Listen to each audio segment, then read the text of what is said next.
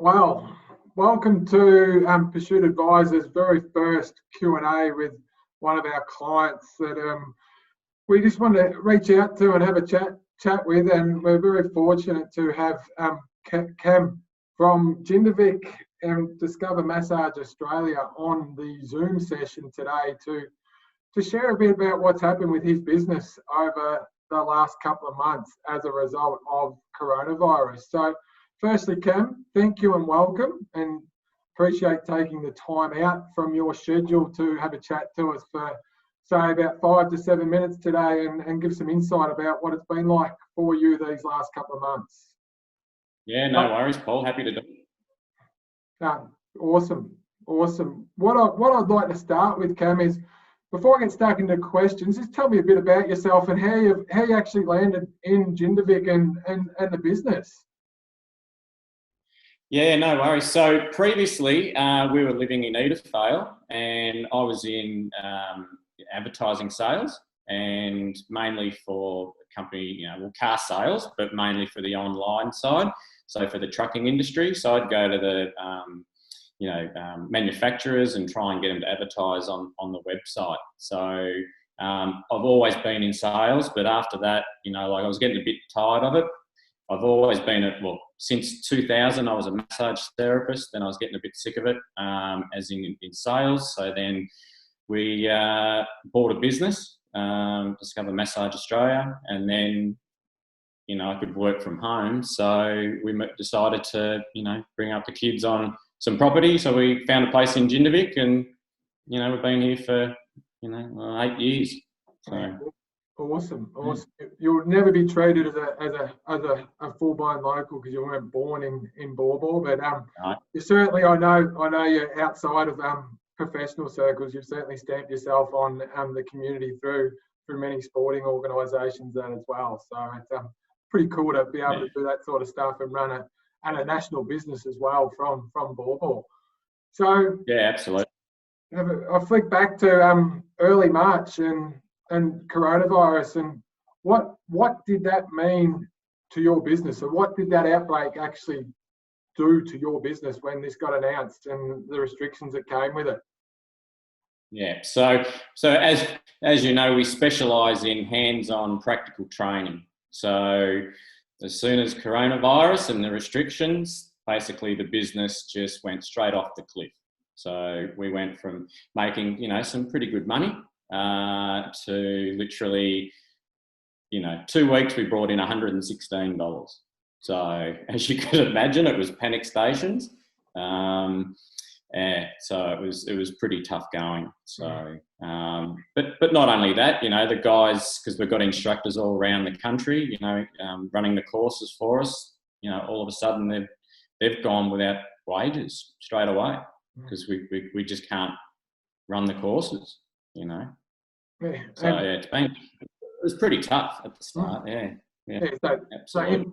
Impact to you, your family, and also, as you say, your contractors and those wanting to actually get the qualifications and be able to train and actively run little businesses and bits and pieces and get jobs and employment as well. So not just the direct impact on you, but wider impact as well. So knowing who you are, you weren't going to just sit there and let this consume you. So what did you actually put in place? So what measures did you put in your place to actually survive, and how quick were you to react to what was happening? Yeah. So back in we'll go back 5 years, and I started going to a blended learning option for the training courses for more of our remedial techniques. So combining online training with hands-on training. So we built a quite sophisticated training platform 5 years ago. So some of the courses were already on there, and I'd sell DVD sets for our main course, which is our weekend course, which brings in 95% of our income. So luckily for us, we already had professionally made videos for our main course. So I work closely with the digital agency up in Sydney, and quickly built web pages on the website, because our website's all automated. It's quite sophisticated. So they quickly built a course page, but then I had to quickly develop the course. We had the videos, but I needed to develop quiz questions and, some other stuff that goes with the courses, work logbooks and all that type of stuff. So, that took a couple of weeks. So there was a downtime of 2 weeks, just quickly doing it as quickly as possible. And then they had to change all their strategy. So pretty much from 1 week to the next, the search term for SEO on Google went down by 70% for massage courses, whatever state you live in. Jesus. So they had to change their strategies. So it was, to say massage courses online or, stuff, whatever they do, Yeah. So I led all that marketing side and all that to them. That's why I pay them. Yeah. So that took a while to build up as well, because it's not just instant. Mhm. But, pretty much as soon as we got it online, we started ticking over again, some income. And then towards the back end of last month, it was pretty much the same type of enrolments as we have previously been getting in good times. And as I was saying before, like this month has actually been really good. So the strategy, the marketing strategies that, the digital agency are putting in place, especially with PPC and SEO and social media, has made a huge impact on the business. It's been very good.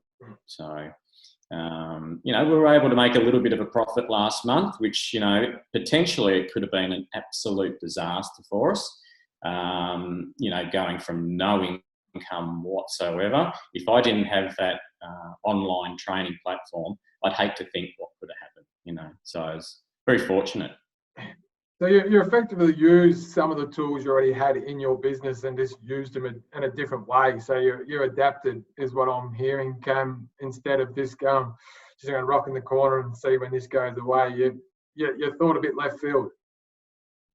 Yeah, absolutely. But I could have easily just shut everything off, said to the digital agency, I can't do anything, whatever.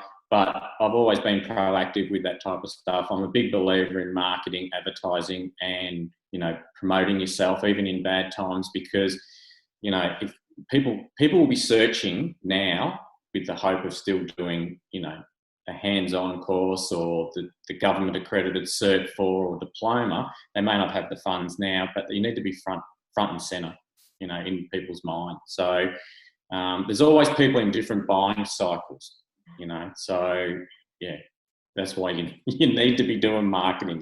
You need to, so that's been a big help to us, absolutely. There's a very, very clear theme there around the marketing and being present and adapting to the situation. What are you doing though, where you're adapting in bits and pieces? What are you now looking to do to change and grow in this time and that as well? Yeah, and I don't know for us or this industry, I don't know when we'll be allowed to run hands-on courses. Who unknown really, isn't it? So we're just really trying to pump out the online stuff now. So that's going back into the studio, developing new courses, which I have thought about doing for quite some time. I just haven't really got around to doing it, but now it's imperative that we do that. So I'm just got to fly on the screen. Yeah, I thought someone was coming to say good day. Yeah, it's a fly. So it's imperative to get back into the studio. So everything we do at a professional level, it's not just, an iPhone, up and someone filming, what we're doing.